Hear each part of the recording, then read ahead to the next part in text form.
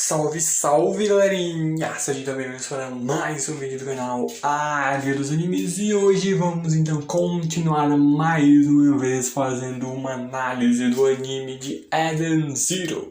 Dessa vez a gente então, seguindo com o decorrer dos episódios, teremos um pouco melhor ali, um pouco mais da apresentação do filho de Poseidon Nero, Poseidon Shura, fora também o próprio Nero aparecendo para a gente definitivamente pela primeira vez e também a gente já tendo uma certa observação do que é que nos espera no decorrer dos próximos arcos, quem poderá ser o nosso grande antagonista dessa nova saga aqui do Aoi Cosmos. Fora também vamos, pelo visto, começar arco de treinamento. Mas antes da gente realmente começar a falar sobre tudo isso e muito mais, eu espero imensamente que vocês gostem desse vídeo e que então por isso deixem um like, se inscrevam no canal e também ativem o sininho das notificações para receberem todos os vídeos. De fato, eu agradeço imensamente o apoio de todos vocês, então sem mais delongas, bora para o vídeo! Bom, a gente basicamente vê ali a Elsie, que ficou bem arrebentada até de certa forma depois da luta contra o Jusce, para demonstrar o quão forte ali era o Jusce, mas também o quão forte é a Elsie. A própria Elsie que também vem se desculpando ali por ter colocado principalmente o Shiki e também a Homura em perigo, por conta do encontro que eles tiveram com o pessoal da União Interestelar, que só acharam eles suspeitos mais por conta, por exemplo, do Shiki ter falado que tinha certa ligação com a Elsie, então ela se desculpando também, vendo quão bom é eles estarem aí sãos e salvos, graças principalmente também à ajuda do Goen e do Yoga, que salvaram ali a Homura, mas no geral a gente vendo de que a Elsie teve de fato suas complicações, ela bem enfaixada ali depois de todos os ferimentos que ela levou na luta contra o Jusce, mas o mesmo também levou uns danos bem consideráveis. O ponto é de que ela se desculpa por ter arrumado certos problemas a eles, mesmo que eles não se importem muito com isso, e ela que vai continuar trabalhando ao lado deles para conseguirem parar o Zig de alguma forma.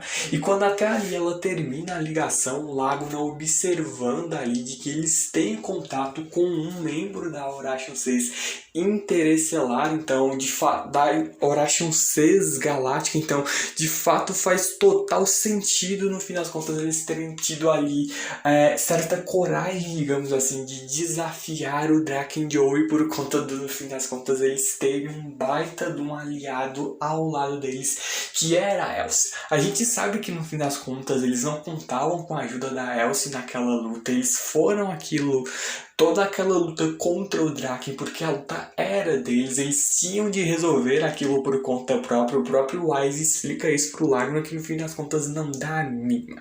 Ele que vai continuar aí ao lado da Eden Zero apenas no objetivo de alcançar o que ele tanto deseja. Até alcançar o seu objetivo, ele vai continuar atuando, fingindo ser quem ele não é. E aí já começa certos mistérios em cima de quem é ali esse personagem. Enquanto a gente vê mudando basicamente ali pra cantina da Eden Zero, vendo a Cole tipo comer ali com o Moscoi, enquanto a Switch no fim das contas acaba indo ali na direção daquela garotinha que a Rebecca e companhia salvaram lá em Forest, onde ela perdeu aquele amigo robô dela, que era basicamente a única família que ela tinha. Ela não tem nem pai nem mãe. E a gente vê de fato para uma criança passar por tudo isso é bem pesado.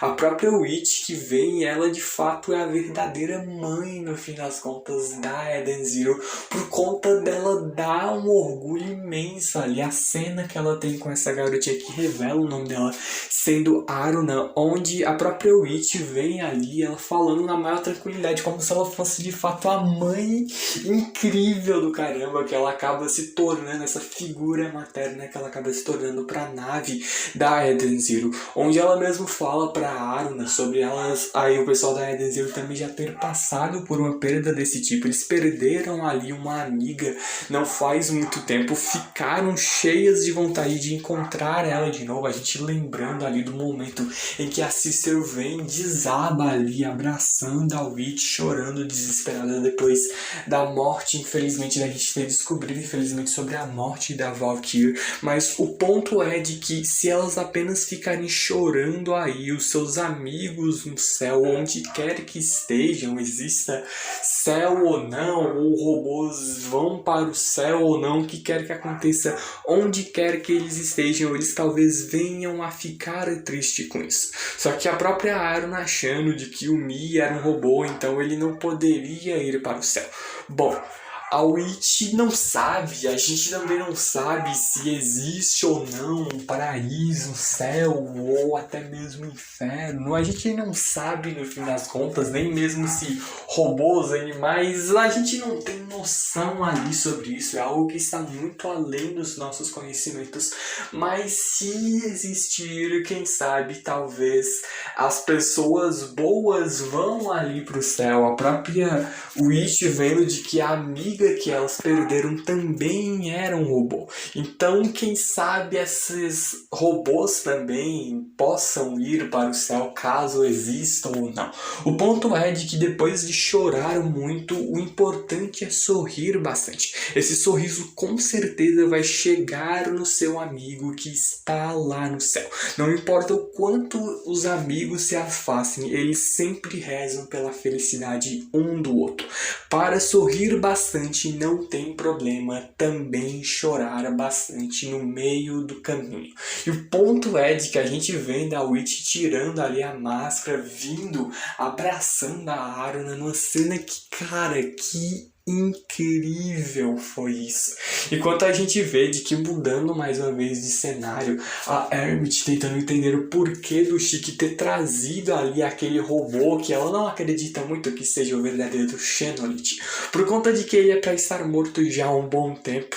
O ponto é de que quando ele acorda, ele simplesmente olha pro lado, vê ali a Rebecca e a Romura e simplesmente vê: olha só essas novinhas. Então, o cara é um tanto quanto único, digamos assim.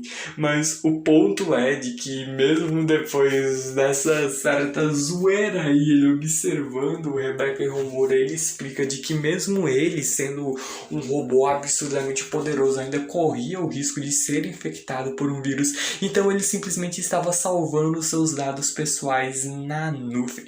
E ele que vem até o Chique, o aprendiz do Zig, para lhe dar uma tarefa que só ele pode cumprir, demonstrando que de fato ele é o verdadeiro Xenolith. Por qual motivo ele tornou-se um robô, a alma dele, ou o que quer que tenha acontecido na mente dele foi parar dentro de um corpo de um robô, a gente não sabe. Mas o ponto é de que esse daí é o verdadeiro Xenolith, pelo menos do que aponta ser.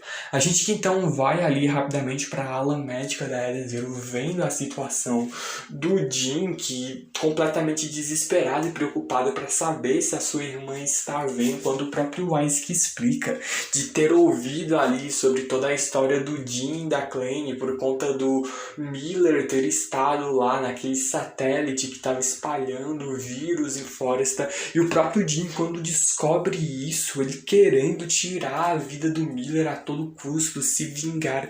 Só que o ponto é de que o próprio Wise explica de que eles já fizeram isso pelo Jim. E ele que meio que vem para se desculpar, vendo de que eles passaram por bastante coisa e até ali meio que percebendo de que pegou um pouco pesado com ele. Então ele querendo de certa forma pedir desculpas. É algo muito bonito de ver essa atitude da parte do Wise, reconhecendo estar errado. Só que quando aí que a Sister vem dizendo que o Jim pode entrar no quarto ali onde a Kleine está, a memória dela que foi ali boa parte apagada, onde o que ela sabe é que basicamente ela ficou doente com algum tipo de doença mental que fez com que ela não conseguisse mais expressar tão bem ali as suas emoções. O Jim foi ali na tentativa de curar a sua irmã atrás de uma mulher chamada Cícero e conseguiu no fim das contas fazer isso, quando a própria Kleine, completamente curada, ela olha ali pro seu irmão e ela no fim das contas sorri. E é um sorriso que de fato é absurdamente fofo no fim das contas. A gente mesmo também descobre de que, por exemplo, na história de fato original, o que a Clanny já não lembra mais tanto assim, depois de tudo que aconteceu com Jim e Clanny por causa da tortura do Miller, a gente vê de que eles acabaram de alguma forma sendo salvos pelo Draken Joe e por isso trabalhavam para o mesmo no seu bando. Mas o ponto é ali de que essa cena absurdamente fofa, a própria Cícera ali meio orgulhosa de ter conseguido feito tudo isso, ter dado tudo certo, e a própria Clanny sorrindo, dizendo ali de que voltou para o seu irmão. Então, de fato, muito, muito incrível isso. Quando a gente vê de que enquanto isso vamos pra sala ali em que está o Victor e o Creed lá na nave do Justin, onde o Victor que ia até zoando com a cara do Creed, que meio envergonhado, basicamente observando fotos da tripulação da Eden Zero, mais especificamente da Homura, pela qual ele está apaixonado. Mesmo que o Victor achava que isso fossem vídeos, digamos, um tanto quanto não dá pra entender um pouco certos tipos de vídeo de safadeza, digamos assim, ainda no meio do trabalho. Mas o ponto é de que o Chris, tentando não se encabular ainda mais, vem explicando quão maluco no fim das contas, mas ao mesmo tempo intrigante é ali a tripulação da Eden Zero. A gente tem basicamente o Chique, que é o herdeiro das habilidades do Zig. Nós temos também o Wise, de 50 anos no passado, a versão de 50 anos mais jovem do maior cientista do mundo atualmente. Uma Bikuber, que é basicamente uma youtuber barra streamer barra influencer no mundo de Eden Zero. Uma espadachim completamente desconhecida que fez o Creed ficar completamente apaixonado.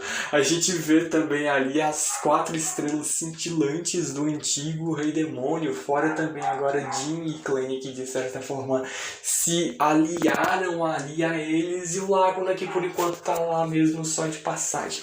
Mas o ponto é de que ele ali de fato reconhece que eles são bem problemáticos, mas o ponto é de que os alvos dele nesse momento são outras coisas. O Aoi Cosmos está tendo que lidar com 2, na verdade 3 grandes ameaças de uma vez só. Poseidon Nero, a Elsie Crimson, fora também a chegada do Zig aí no Aoi Cosmos.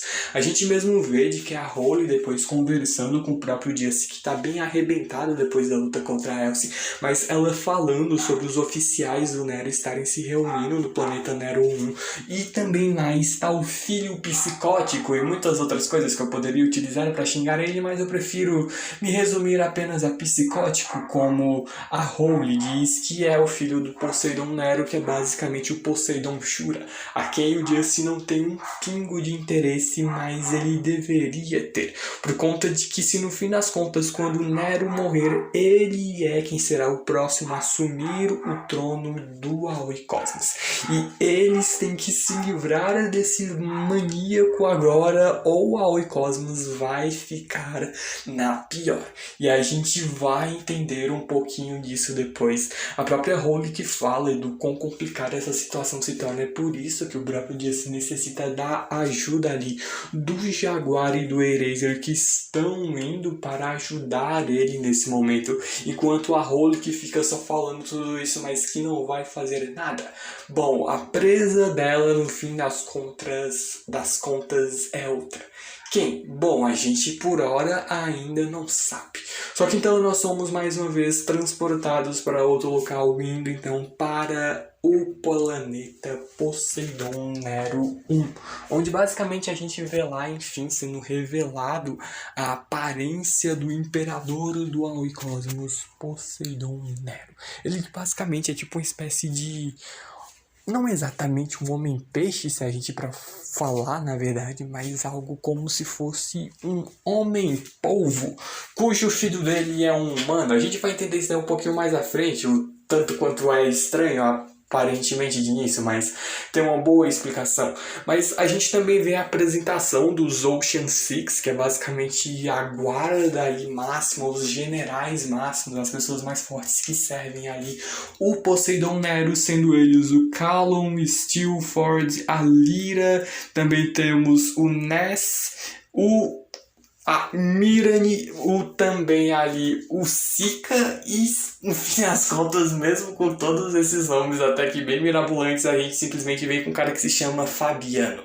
Eu acho que provavelmente foi uma certa falta de criatividade, por conta de que a gente viu de fato uns nomes bem elaborados até, e no fim das contas a gente depois disso chega ali no Fabiano, mas comentários à parte, a gente vendo ali de que o Sika, por exemplo, comentando ele sendo um robô, ficando um tanto quanto envergonhado de pensar que alguém como o Zig, sendo um robô, ousou desafiar o grande imperador Nero, onde é algo até interessante, porque a gente descobre que o Poseidon Nero e o Zig no passado, eles eram alguém, eles tinham uma relação de grande proximidade. O próprio Nero reconhece o Zig como um homem cauteloso que ele via como um amigo. Só que fora tudo isso, a gente descobre de certa forma o quão único acaba sendo o Poseidon Nero por conta da habilidade dele ser basicamente uns dados. Dados esse que ele mesmo fala serem os dados da orientação sagrada.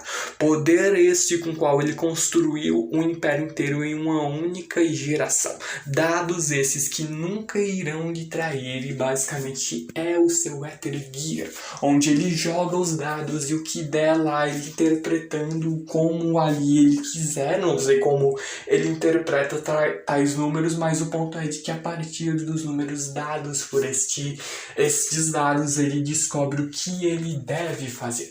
É algo completamente certo o tempo inteiro? Bom, até então tudo deu certo ao ponto do próprio Nero conseguir criar um império que controla um cosmos inteiro. Então, de fato, eles têm um poder bem grande ao ponto de que ele mesmo nesse momento decide não fazer nada. E vai deixar tudo nas mãos do seu filho psicótico, que é o Shura. Que mesmo questiona se ele não vai voltar atrás dessas palavras. E o próprio Nero que responde de que não é tolo o bastante para desafiar os dados. Mas a opinião do Shura sobre isso é algo completamente diferente, vendo de que o seu pai, obedecendo números idiotas, faz dele ser ainda mais tolo. Quando vemos ali a secretária do Shura passando de certa forma legalmente, digamos assim, os dados ali, todas as informações do comando da Ocean Six sendo agora mandada para o Poseidon Shura, que é ali o mestre da Ijo, nessa secretária dele. O ponto é de que o Shura simplesmente pretende agora matar o Zig. E bom, Zig, esse que a gente também descobre ter ido à floresta sim para querer causado toda essa rebelião ali das máquinas, mas o ponto importante é de que ele aparentemente estava atrás era do Xenolit. Sendo ele o verdadeiro Xenolit, ele estava atrás do seu antigo mestre não apenas por ter medo dele, mas pelo simples fato de que não porque ele temia que o Xenolit pudesse parar por conta desse momento, ele já não ser nem mais um pouco páreo para o Zig. O que o Zig realmente temia é que ele viesse a deixar o Chique ainda mais forte. O próprio Zig, pra gente só ter noção do quão forte ele é e temer essa ameaça, que por exemplo o Xenolit representa vindo a ensinar o Chique, a gente simplesmente descobre que o Zig era tão forte ao ponto de ter treinado ali, ao menos com o básico, o Shura, que já foi alguém absurdamente forte, vai ser uma baita pedra no caminho do Chique. Então de fato o Zig é muito forte, mas para ele temer tal ameaça do Chique aprendendo tudo que ele precisa com o Xenolit, de fato a gente fica tipo, o que é que o Chique vai se tornar? Imagina o nível de poder do nosso protagonista mais à frente. Mas o ponto é de que a gente vê de que o Shura é um humano, então como que ele é filho do Poseidon Nero? Bom, ele basicamente é adotado, que não é tão surpreendente assim.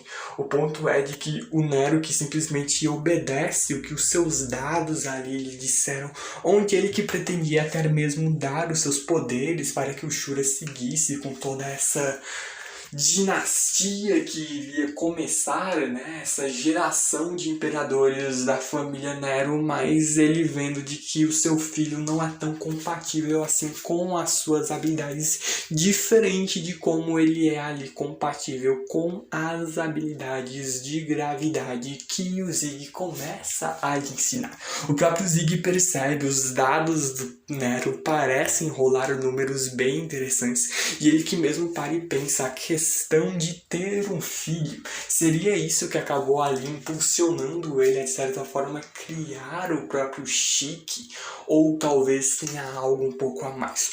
O ponto é de que o próprio Shura, ele é de fato um verdadeiro gênio, as habilidades dele são de fato surpreendentes, mas além disso, a gente não só vê tudo isso, como a gente vê a tamanha crueldade dele. Ele que planeja se dirigir para o planeta Nero 66, onde lá irá começar o seu plano de parar ali o Zig. Mas ele não apenas é contra o Zig, como nesse momento ele vê uma boa chance de acabar com todos os robôs do Aoi Cosmos, começando até mesmo pelo Sika.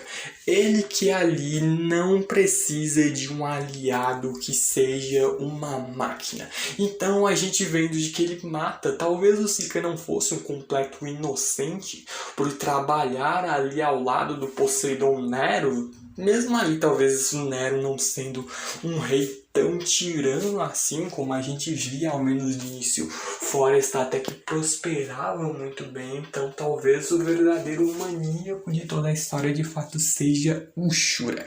Enquanto que a gente vê que basicamente temos início então assim a arco de treinamento, como já era de certa forma a se esperar, por conta de que as ameaças estão aumentando. Nesse mesmo arco a gente já viu ali no fim das contas o Shiki sendo completamente humilhado pelo Just, então torna-se necessário o Shiki aumentar ali o nível do seu poder, e não apenas ele vai treinar como o resto da tripulação também, e serão treinados no fim das contas pelas mãos do Xenolite. Então de fato treinamento esse que teremos grandes resultados e vai ser algo bem interessante de certa forma. Com o começo, então, basicamente, desse treino ali da Eden Zero, que é feito de uma maneira até que bem interessante, um tanto quanto única, porque eles simplesmente vão treinar ali num campo de realidade virtual. O próprio Xenolite, que nunca imaginava de que teria tal tipo de tecnologia dentro da nave, onde a gente mesmo vê as explicações da Witch falando ali de que as instalações de treinamento em VR não são de certa forma para treinar especificamente o seu corpo, mas toda a atenção aplicada nesse corpo virtual será refletido na realidade. Do mesmo modo que a gente teve, por exemplo, lá no arco de Digitalix, que é tipo meio que, por exemplo, um Sword Art Online da vida, por exemplo. Se você morre lá dentro, você também morre na vida real. Então tudo que acontece no seu corpo dentro dessa realidade virtual mesmo vai acontecer com o seu corpo verdadeiro. E o próprio Xenolite, que vai treinar todo mundo aí, ao menos tentar treinar todo mundo em apenas 7 dias. E por que 7 dias? A gente basicamente vai ter uma rápida explicação sobre isso, mas não é algo nada tão sério assim. O ponto é de que mesmo assim, sendo aparentemente 7 dias, aparenta ser muita coisa, a Witch mesmo explica. E que se eles ajustarem as configurações de tempo nesse espaço virtual, os corpos deles irão interpretar como se fossem 35 dias de treinamento. E o Xenolite que só pode treinar todo mundo da Eden Zero por apenas 7 dias pelo simples fato dele ter uma manutenção programada nesse tempo. E essa manutenção que vai ali acabar durando um pouco mais. Mas de qualquer forma ele começa com um treinamento básico de preparo físico, porque é simplesmente o básico do básico de tudo isso.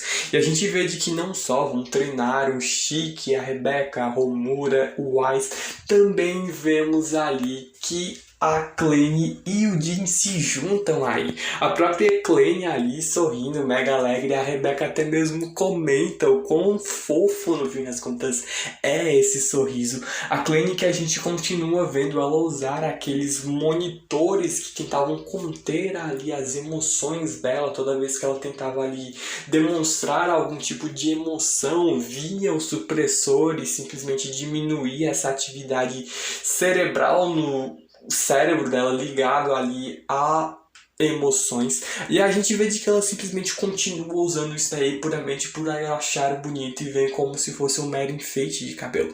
E ela que mesmo percebe, agradecendo a todo mundo que ajudou ela, e em troca ela e o Jin, o irmão dela, querem se tornar membros da tripulação da nave. E o próprio Chique ouvindo isso, então simplesmente ele, pô, não, novos amigos. Bom, a interpretação do Chique não tá tão errada assim, mas ele um tanto quanto apressado, pulando basicamente na direção da Kleine, ali mega desesperado, já vendo que são amigos, só que o próprio Jin para dizendo de que ela disse tripulação da nave, mas o Chique vê de que com isso então quer dizer de que eles são amigos. Bom, o Jin não discorda, ele mesmo abre ali um certo sorriso e ele de fato é muito grato à tripulação da Eden Zero, e simplesmente com isso temos agora esses dois novos integrantes para o bando do rei dos demônios, de certa forma, podemos dizer assim. Mas o ponto é de que depois desse treinamento de preparo físico básico, eles vão para um treinamento que vai tentar permitir com que eles usem Ether Gear mesmo presos. O que é algo até um tanto quanto interessante a gente parar para pensar que é uma fraqueza um tanto quanto única, mas de certa forma até que faz sentido se a gente parar de que, por exemplo, poderia ser algo, o éter circularia pelo corpo como algo muito parecido com o sangue. Então, se você evitar a circulação de tal energia no seu corpo, certas partes do corpo não conseguiriam ali receber éter. Então, é algo até bem interessante.